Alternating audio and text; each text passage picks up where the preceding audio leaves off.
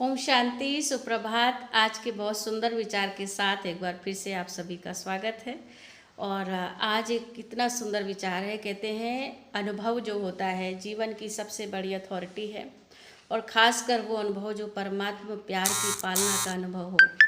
तो ऐसे ही परमात्मा प्यार की पालना के लिए आज परमात्मा ने बताया कि भगवान जो भाग्य विधाता हैं वो हमारे भाग्य की रेखाओं को देख रहे थे, चमकती हुई रेखाएं।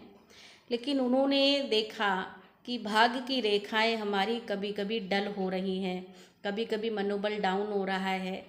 तो तब परमात्मा ने बताया कि आप जब तक जैसे आपको पता चला कि आप आत्मा हो, ये आप सोच रहे हो, लेकिन उसको आपको स्मृति में लाना है और उसको अंदर में महसूस करना है, नहीं अनुभव करना है।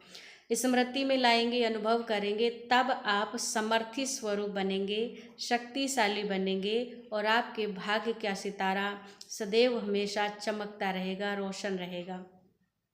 इस पर एक छोटी सी कहानी है। एक बार एक रानी के दरबार में एक दासी थी, और वो रानी कहीं घूमने गई तो दासी रानी के रूम में जा कर के और सुंदर सी रानी के सोफे पे बैठ गई, और बैठे बैठे उसको नींद आ गई, वो सो गई। रानी आई, रानी ने देखा कि एक दासी होकर के और हमारे सोफे पे बैठी हुई है, तो उन्होंने उसको सजा देना शुरू किया। उनका आपको 60 कोड़े पड़ेंगे।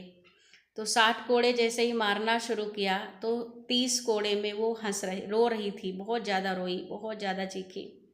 31वां कोड़ा जैसे ही पड़ा तो उसने हंसना शुरू कर दिया। रानी को आश्चर्य हुआ, राजा रानी को, कि ये हंस क्यों रही है।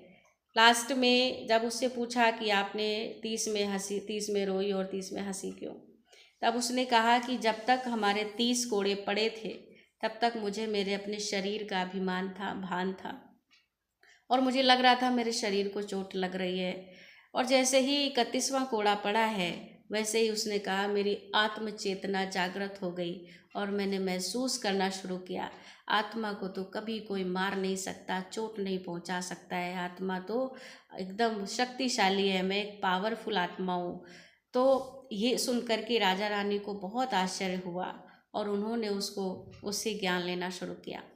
तो इसी तरह से बाबा ने भी कहा, परमात्मा भी कहते हैं कि जब तक अपने शरीर, जैसे कहा गया कि सर्वधर्मानि परित्यज्य मामेकम शरणं व्रज, जब तक हम अपने देह के अभिमान को नहीं भूलेंगे तब तक स्मृति नहीं आएगी। भले हम कहते रहे मैं आत्मा हूँ, मैं आत्मा हूँ, तो स्मृति स्वरूप जब बनेंगे तो समर्थी आएगी, शक्ति आएगी। तो हमें अपने आप को स्मृति स्वरूप अनुभवी मूर्त बनना है। ओम